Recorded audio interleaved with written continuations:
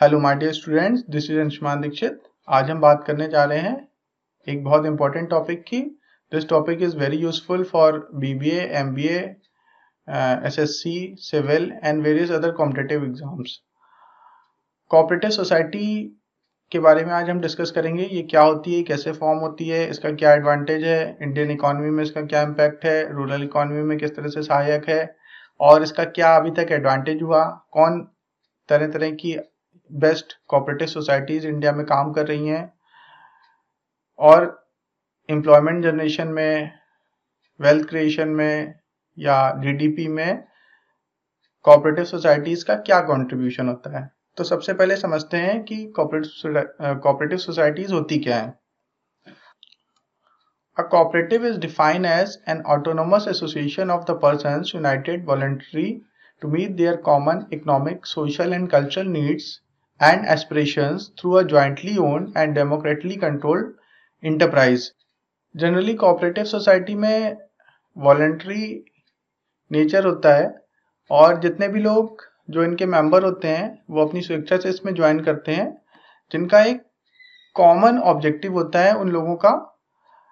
वो economic objective हो सकता है, सोशल हो सकता है, कल्चरल हो सकता है, और इस ऑब्जेक्टिव को पूरा करने के लिए एक पर्टिकुलर कम्युनिटी के लोग, किसी एक जगह रहने वाले लोग अपने आप किसी एक कोऑपरेटिव सोसाइटी का हिस्सा बनते हैं और वो उसमें कुछ ना कुछ कंट्रीब्यूट करते हैं।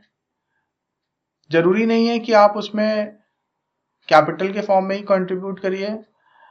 जिनके पास कैपिटल नहीं हो सकती है वो श्रमदान करते हैं, अपना टाइम कंट्रीब्यूट करते हैं। और कोऑपरेटिव सोसाइटी की सबसे खास बात ये होती है कि इसमें जिस तरह से एक कंपनी में या ऑर्गेनाइजेशन में या एक जॉइंट स्टॉक कंपनी में जितने ज़्यादा शेयर्स हैं आपके पास, यानी आपकी कैपिटल जितनी ज़्यादा इन्वेस्टेड है, आपके पास वोटिंग राइट उतना ज़्यादा होता है। जबकि कोऑपरेटिव में इर्रेस्पेक्टिव ऑफ कैपिटल कंट्रीब्यूटेड सबका वोटिंग राइट 1 होता है, सबकी हैसियत बराबर होती है। तो ये इसका एक बहुत बड़ा एडवांटेज है। डेमोक्रेटिक फॉर्म में चलती है ये और सारे लोग मिलजुल के इसको ओन करते हैं। ज्वाइंटली ओन्ड होती है, किसी एक पर्टिकुलर की इसमें ओनरशिप नहीं होती है, और किसी एक कॉमन ऑब्जेक्टिव को प्राप्त करने के लिए कुछ खास लोग आपस में मिलकर कोऑपरेटिव बनाते हैं। A cooperative society may also be defined as a business owned and controlled equally by a people who use its service or who work at it. Cooperative society एक इस तरह का बिजनेस होती है जो ज्वाइंटली ओन्ड और control करी जाती है कुछ लोगों द्वारा, जो उसमें काम करते हैं या वो अपनी सेवाएं प्रदान करते हैं और उसके बदले उनको कुछ ना कुछ धन या अर्निंग होती है। और यहाँ पे जो कोऑपरेटिव का ऑब्जेक्टिव होता है वो वेल्थ मैक्सिमाइजेशन या वेल्थ क्रिएशन नहीं होता। बेसिकली कोऑपरेटिव का ऑब्जेक्टिव होता है अपने मेंबर्स को हेल्प करना, ये उसका प्राइम ऑब्जेक्टिव होता है। तो formation of cooperative society. A cooperative society can be form as per the provision of the cooperative society act 1912। 1912 के कोऑपरेटिव सोसाइटी एक्ट के द्वारा इसको फॉर्म किया जाता है। एटलीस्ट 10 लोग होने चाहिए इसको फॉर्म करने के लिए, और इसमें फार्मर्स, वीवर्स, कंज्यूमर्स, किसी तरह के लोग हो सकते हैं जिनका कोई कॉमन ऑब्जेक्टिव हो और वो मिलके एक कोऑपरेटिव सोसाइटी फॉर्म कर सकते हैं। A joint application along with the bylaw of the society containing the details about the society and its member has to be submitted to the registrar of cooperative society of the concerned state. जिस state में भी cooperative start करनी होती है वहां पे उसके member मिलके एक ज्वाइंट एप्लीकेशन सबमिट करते हैं और रजिस्ट्रार के अप्रूवल के बाद वो कोऑपरेटिव स्टार्ट हो जाती है। After scrutiny of the application and bylaws the registrar issue a certificate of registration. और जब उसकी स्क्रूटनी हो जाती है और रजिस्ट्रार उनको एक सर्टिफिकेट इशू कर देता है तो वो कोऑपरेटिव फॉर्म हो जाती है। अब हम लोग बात करते हैं टाइप्स ऑफ कोऑपरेटिव की। बेसिकली सबसे पहली कोऑपरेटिव होती है कंज्यूमर कोऑपरेटिव सोसाइटी, जिसमें कंज्यूमर्स अपने हितों की रक्षा के लिए कंज्यूमर कोऑपरेटिव सोसाइटी बनाते हैं।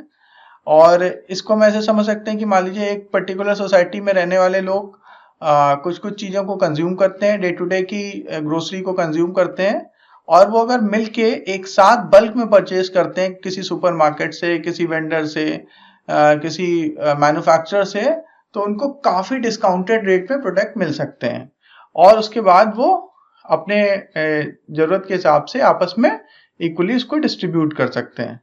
तो इस तरह से कंज्यूमर कोऑपरेटिव बनाई जाती है। इसमें अलग अलग चीज़ों का जो कंजम्पशन करना होता है उसको कैसे वो बार्गेन प्राइस पे खरीदें, उसमें कैसे एडवांटेज हासिल करें, या फिर उसको वैल्यू एडिशन करके उनको अगर आगे फॉरवर्ड करना है तो उसमें भी वो कोऑपरेटिव काफ़ी हेल्पफुल होती है। बाकी consumers cooperative generally and user होते हैं और वो खुद कंज्यूम करते हैं प्रोडक्ट को।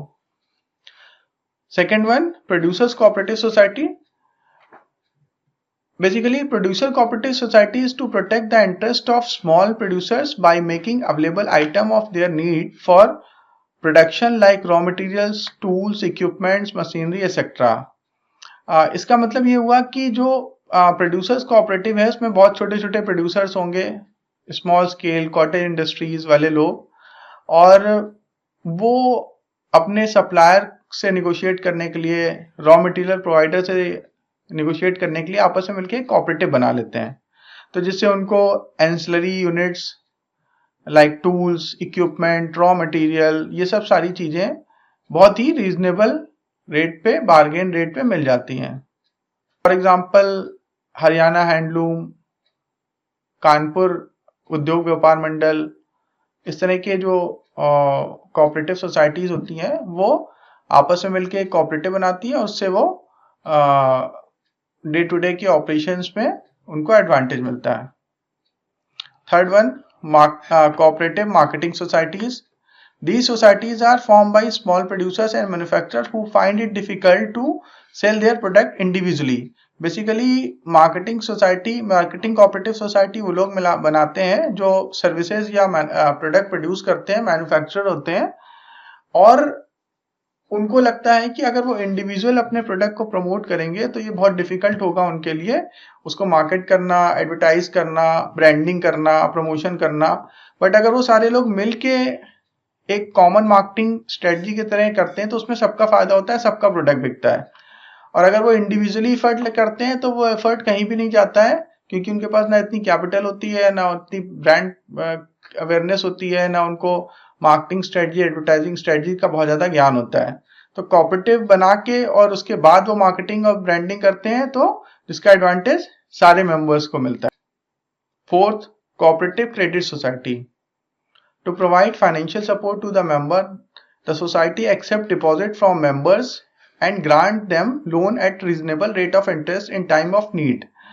Basically, क्रेडिट कोऑपरेटिव सोसाइटी अपने मेंबर्स को बहुत रीजनेबल रेट पे लोन प्रोवाइड करती है, सो दैट कि उनके जो भी शॉर्ट टर्म या लॉन्ग टर्म रिक्वायरमेंट है वो आसानी से पूरी हो जाए, और उनको बाहर जाके किसी दूसरे बैंक से या किसी लैंडलॉर्ड से या किसी भी लोन प्रोवाइडर से क्रेडिट ना लेना पड़े, ताकि वो एक्सप्लॉइट होने से बच जाएं। और जनरली कोऑपरेटिव क्रेडिट सोसाइटी या क्रेडिट कोऑपरेटिव सोसाइटी अपने मेंबर्स को बहुत ही रीजनेबल रेट पे और बहुत ही आसान शर्तों पे लोन प्रोवाइड करती है, like village cooperative society, urban cooperative banks etcetera. और बहुत सारे कोऑपरेटिव बैंक्स इसीलिए बनाए गए हैं, वो अपने मेंबर्स को बहुत ही आसान रीजनेबल रेट्स पे लोन प्रोवाइड करते हैं। Fifth one, cooperative farming society. These societies are formed by small farmers to work jointly and thereby enjoy the benefit of large scale farming. देखिए, इंडिया में सबसे बड़ी प्रॉब्लम ये है कि हमारे यहाँ पर हेक्टेयर क्रॉप यील्ड बहुत कम है in comparison to Europe and America. उसका रीजन ये है कि हमारे यहाँ जो खेती होती है बहुत छोटे छोटे टुकड़ों में होती है। हमारे यहाँ खेत जो है बहुत छोटे छोटे टुकड़ों में डिवाइडेड है, जबकि अमेरिका, यूरोप वगैरह में जो फार्मिंग होती है वो लार्ज स्केल पे होती है और बड़े बड़े फार्म्स होते हैं। तो इस ड्रॉबैक को कम करने के लिए स्मॉल मार्जिनल फार्मर्स आपस में मिलते हैं। उनके पास एक तो कैपिटल भी कम होती है, तो वो हाई यील्ड वैरायटी सीड्स, बढ़िया क्वालिटी के पेस्टिसाइड्स, अच्छे फर्टिलाइजर्स, अच्छे इक्विपमेंट्स अफोर्ड नहीं कर सकते हैं। बट जब वो मिलके एक सहकारी कृषि करते हैं, यानी आपस में मिलजुल के खेती करते हैं और सब लोग अपना एफर्ट और अपना कैपिटल कंट्रीब्यूट करते हैं, तो वो एक बड़े लेवल पे काम कर सकते हैं। लार्ज स्केल फार्मिंग का एडवांटेज उनको मिलता है और वो भी बड़े फार्मर से कॉम्पीट कर सकते हैं। और यूरोप और अमेरिका देशों को अगर हमें कॉम्पीट करना है, इन देशों के साथ कॉम्पीट करना है, तो उसका एक ही सोल्यूशन हो सकता है, कोऑपरेटिव फार्मिंग। तो ये काफी अच्छा तरीका है।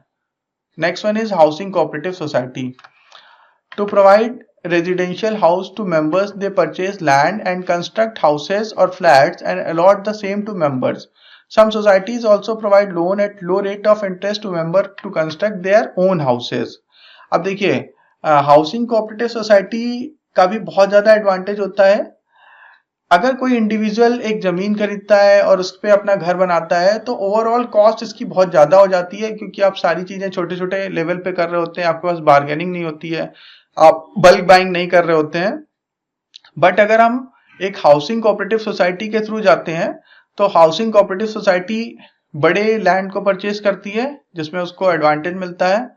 दूसरी चीज वो कि हर चीज वो बल्क में परचेज करती है, सीमेंट, टाइल्स, पेंट, ब्रिक्स, रेत, मोरंग, आरसीसी, कंक्रीट, एवरीथिंग। तो ये सब सारी चीजें उनको बहुत ही रीजनेबल रेट में मिलती है, क्योंकि बहुत बल्क में परचेज कर रहे होते हैं। एक साथ 100 घर बन रहे हैं, अगर आप एक इंडिविजुअल घर बनाने जाएंगे तो आपकी कॉस्ट बहुत ज्यादा हो जाएगी। तो इस तरह से हाउसिंग कोऑपरेटिव सोसाइटी का बहुत ज्यादा एडवांटेज होता है। Characteristics of cooperative society. Point number 1, open membership. A minimum of 10 members are required to form a cooperative society. The Cooperative Society Act does not specify the maximum number of members for any cooperative society. देखिए, minimum 10 लोग होने चाहिए कोई भी cooperative form करने के लिए। Maximum कितने लोग हों इसके बारे में कोई नहीं कहा गया है, आप n नंबर ऑफ लोगों को उसमें ऐड कर सकते हैं।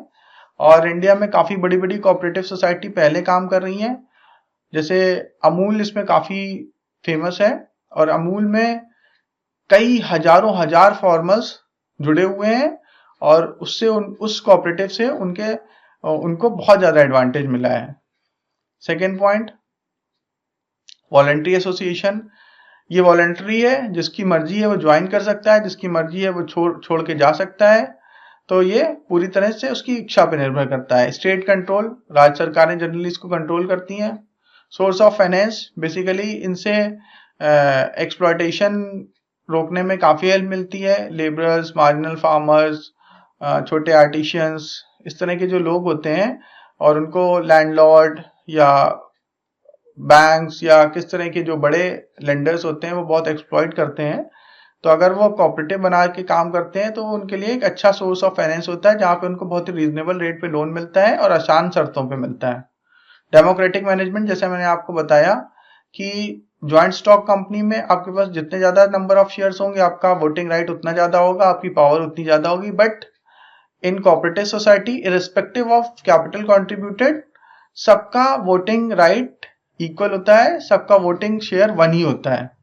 तो किसी ने ज्यादा पैसा लगाया, किसी ने कम पैसा लगाया, किसी ने बिल्कुल पैसा नहीं लगाया, वो खाली श्रमदान करता है, सभी का वोटिंग राइट बराबर होता है। तो ये डेमोक्रेटिक मैनेजमेंट है। जिस तरह से हमारे देश में जो चुनाव होते हैं उसमें हर एक इंसान, चाहे वो अंबानी हो चाहे वो फकीर हो, सबका वोटिंग काउंट बराबर होता है। ये नहीं होगा कि अंबानी 1 लाख का वोट 1 लाख वोटों के बराबर माना जाएगा। बट ज्वाइंट स्टॉक कंपनी में ऐसा होता है, आपके पास नंबर ऑफ शेयर जितने ज्यादा होते हैं, आपके वोटिंग राइट्स उतने ज्यादा होते हैं। Service motive, 6 point. जनरली इसका ऑब्जेक्टिव वेल्थ मैक्सिमाइजेशन नहीं होता है, प्रॉफिट मैक्सिमाइजेशन नहीं होता है। इसका ऑब्जेक्टिव होता है कि अपने मेंबर्स को सर्व करना, अपने मेंबर्स की हेल्प करना, और मेंबर का वेलफेयर करना ही इसका सोल मोटिव होता है। सेपरेट लीगल एंटिटी, ये एक सेपरेट लीगल एंटिटी होती है। जिस तरह से ज्वाइंट स्टॉक कंपनी एक सेपरेट लीगल एंटिटी होती है, उसी तरह से कोऑपरेटिव सोसाइटी भी एक सेपरेट लीगल एंटिटी होती है। और ये किसी के ऊपर उस कोऑपरेटिव सोसाइटी के नाम से केस कर सकती है, कोई दूसरा पर्सन उस कोऑपरेटिव सोसाइटी के ऊपर केस कर सकता है, और उसकी एक लीगल एग्जिस्टेंस होती है। Next point, distribution of surplus. Basically इसमें जो भी सरप्लस या इनकम होती है वो सारे के सारे अपने मेंबर्स में डिस्ट्रीब्यूट कर देती है। Self help through mutual cooperation, इसमें ये म्यूचुअल कॉपरेशन पे काम करती है। Cooperative societies driven on the principle of mutual health, they are the organization of financially weaker section of society। इसमें सब एक दूसरे की हेल्प करते हैं और इसका ऑब्जेक्टिव ही, इसका प्रिंसिपल ही म्यूचुअल हेल्थ पे आधारित है। First point, application with the signature of all members, जितने मेंबर हों उनको सभी को साइन करके वो एप्लीकेशन सबमिट करनी पड़ती है रजिस्ट्रार के पास। Then name, address and aims and objective of the society, कहाँ पे बनेगी, क्या ऑब्जेक्टिव होगा, कौन मेंबर्स होंगे, सारे मेंबर्स के नाम, address, occupation, mode of admitting new members, आप किस तरह से न्यू मेंबर्स बनाएंगे और कितना कैपिटल कंट्रीब्यूटेड है, कौन किस तरह से कंट्रीब्यूट कर रहा है, वो सारी की सारी डिटेल हमें एप्लीकेशन के फॉर्म में सबमिट करनी होती है। और रजिस्ट्रार जब उसको एक्सेप्ट करके ओके कर देता है आफ्टर स्क्रूटनी, तो वो कोऑपरेटिव रजिस्टर्ड हो जाती है।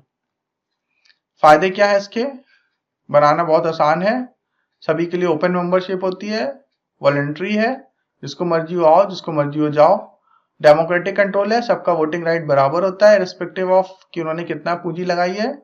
लिमिटेड लायबिलिटी, इसमें लायबिलिटी लिमिटेड होती है, जिस तरह से सोल प्रोप्राइटरशिप या पार्टनरशिप में अगर पार्टनरशिप फर्म या सोल प्रोप्राइटरशिप फर्म कोई प्रॉब्लम करती है, कुछ गड़बड़ होता है, डिफॉल्ट करती है, तो प्रोप्राइटर या पार्टनर की पर्सनल प्रॉपर्टी अटैच कर दी जाती है, उसकी पर्सनल वेल्थ से उसको उस कंपनी के बैड डेट्स को या लोन को चुकाना पड़ता है। बट कोऑपरेटिव सोसाइटी में ऐसा नहीं होता है, इसमें लिमिटेड लायबिलिटीज होती हैं। इसमें मेंबर्स को अगर कोऑपरेटिव सोसाइटी की कोई फॉल्ट है तो उसमें मेंबर्स की पर्सनल वेल्थ पे आंच नहीं आती है बहुत ज्यादा लेवल पे। एलिमिनेशन ऑफ मिडिलमैन्स प्रॉफिट, कोऑपरेटिव बना के जो बिचौलिए लोग होते हैं उनको दूर करा जाता है, जिससे सारा एडवांटेज जो है वो कोऑपरेटिव के मेंबर्स को मिलता है। स्टेट से हेल्प मिलती है और इसमें एक स्टेबल लाइफ सारे मेंबर्स जी सकते हैं। लिमिटेशन क्या है, सबसे पहली लिमिटेशन इसकी कैपिटल की होती है, क्योंकि जनरली ये पुअर लोग, वीकर सेक्शन के लोग स्टार्ट करते हैं तो उनके पास कैपिटल लिमिटेड होती है। मैनेजमेंट करना किसी को नहीं आता, कोई एक्सपर्टीज नहीं होती है मैनेजमेंट की, बहुत ज्यादा मोटिवेशन नहीं होता है, आपस में बहुत ज्यादा कोऑपरेशन नहीं हो पाता है, खींचतान बहुत होने लगती है, और ये ज्यादातर गवर्नमेंट के ऊपर निर्भर करते हैं। The main function of the registrar, generally registrar registered करता है कोऑपरेटिव सोसाइटी को, मेंटर करता है, हेल्प करता है, और अगर cooperative society proper rules regulation को फॉलो नहीं कर रही होती है तो उसके लाइसेंस को कैंसिल भी कर सकता है रजिस्ट्रार। ऑडिट करता है, इंस्पेक्ट करता है, डिस्प्यूट सेटल कराता है, बिजनेस प्रमोशन में हेल्प करता है, कई तरह से हेल्प करता है। किन किन सोसाइटीज पे एक्ट अप्लीकेबल होता है, societies to which the act applies, charitable societies बना सकती हैं, मिलिट्री, ऑर्फन फंड्स और societies, society establish for promotion of science, literature और for fine arts, society establish for maintenance of libraries और reading rooms for general public, society establish for public museums and galleries for painting और other work of art. इसमें एक और topic आता है, multi state cooperative societies. कुछ society ऐसी होती है जिनको कई सारे राज्यों में काम करना होता है, तो उस केस में उनका जो रजिस्ट्रार होता है वो सेंट्रल द्वारा अपॉइंट किया जाता है। जनरली नॉर्मल केस में जो स्टेट कंट्रोल्ड कोऑपरेटिव्स होती हैं उसमें उस पर्टिकुलर स्टेट का रजिस्ट्रार होता है, बट जो मल्टी स्टेट कोऑपरेटिव सोसाइटीज होती हैं उसमें जनरली सेंट्रल रजिस्ट्रार होता है जो मल्टी स्टेट कोऑपरेटिव्स को मैनेज करता है।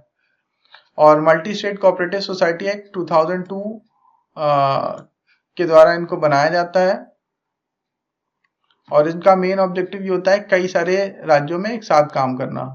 इसके मेंबर्स की क्या ड्यूटीज हैं, क्या राइट्स हैं, तो duty of every member, it is duty of every member of multi state cooperative society to promote and protect interest and objective of the society. Voting, every member include member who is employee shall have 1 vote irrespective of his share holding. जैसा कि मैं आपको कई बार बता चुका हूं कि cooperative में आपकी शेयर होल्डिंग से कोई फर्क नहीं पड़ता, सबका वोटिंग राइट बराबर होता है। Management of society, management of multi state cooperative society will be 3-tier structure. Management of society, management of multi-state cooperative society will be a 3-tier structure.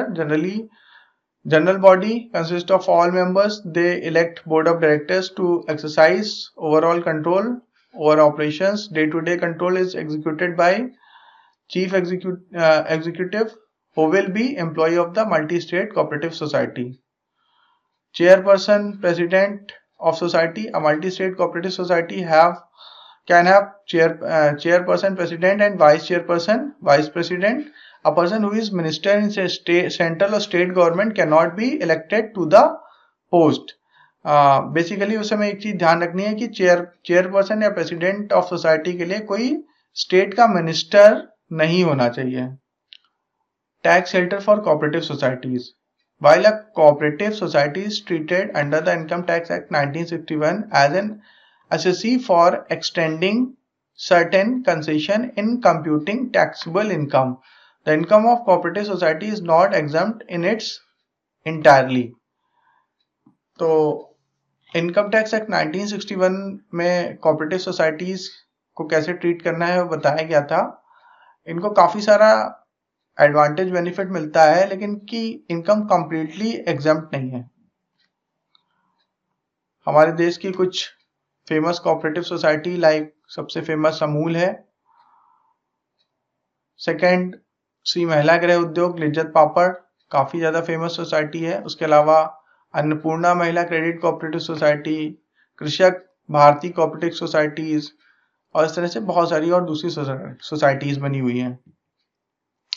Thank you. अगर आपके कोई कमेंट, कोई सुझाव, कोई question हो तो उसको कमेंट बॉक्स में जरूर जाके लिखें और इस वीडियो को लाइक करना, शेयर करना बिल्कुल मत भूलिएगा।